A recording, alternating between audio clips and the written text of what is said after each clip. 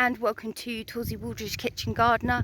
So today I've decided, because the weather has been pretty darn good, it's been incredibly wet, which means that I haven't really been able to get on the ground that much, so it's held me back with a few jobs that I've wanted to get done, but luckily I'm now on top of it. So I've managed to get my garlic out finally. I started planting the elephant garlic, then the wet weather set in, and then that was it for the last couple of weeks. And I'm now on top of that, so I've planted all of my autumn planting garlic, and I've just put in another order for my spring garlic. Along with that, I've been doing a bit of bed prep for my first early onions, which I know should have been in the ground now. So that's my Sensuay first early onions, which you can harvest really early on in the year. And I've also decided, so I was going to do a lot more filming this year on companion planting. I have done loads of companion planting, some where I've seen results, others where I haven't seen any results.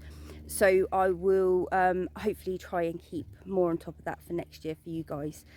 And so I saw a TV program which was really interesting. So it was a very short clip. I cannot remember what it was on. It might have been on Gardener's World or another gardening program, but it was a very short clip of a lady who was running a walled kitchen garden and cut flower garden. So they incorporated the two together, which is something that I am trying to do here.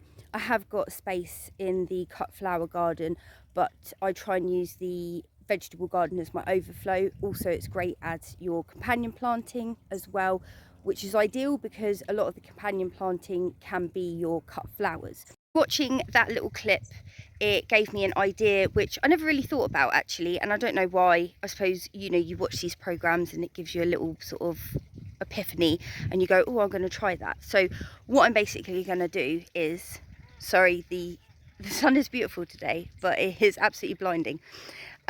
So this bed behind me here, which had my courgettes and a few winter squashes in them, which has now been removed, it will be the bed for my celeriac and celery, but they won't go in until April, May time.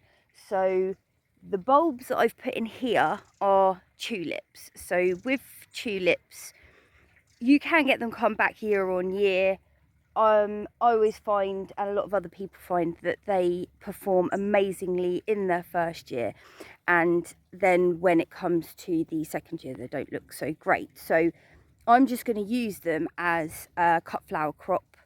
So I'll plant them, I'll cut them, they'll go into the house, and then that'll be it. I'll just discard the bulbs and then start again getting in new ones for next year, and just keep that going. And I think that should work really quite well. So as you can see in this bed, it's taken up just short of half of the bed space, which is absolutely perfect. So I'm now just going to rake in the soil for the drills that I did, and I have got a STRULCH order that has come in, so I'm able to STRULCH over the top of the beds. STRULCH is amazing. It's just chopped up straw, which is absolutely brilliant, especially for us because the soil up here is really, really poor, and I just need to add something without the nutrients, because if you guys have seen my previous videos, I'd have told you the nutrients is so high, I can't just keep adding muck to it. It would just make it even worse.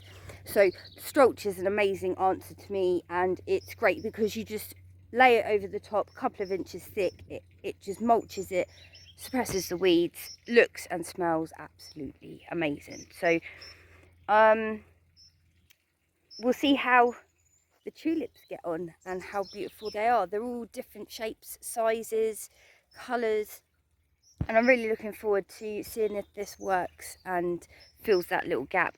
Just adds a bit of colour as well, because it can get quite bleak in here, and when all the structures have come down and a lot of things are going to be removed, like on all of my sunflowers at the back there, they're all going to be removed, so that's going to go blank, and then the raspberry canes come down. It's going to go quite flat, so it'll be nice to have something with a bit of bounce, a bit of colour, especially early on in the season when it's very, very cold and can sometimes be a bit miserable. But beautiful day today, so I cannot complain. The weather has let me get on, and I'm going to keep on cracking on. So I will catch you guys in the next video. Take it easy, and I'll see you soon.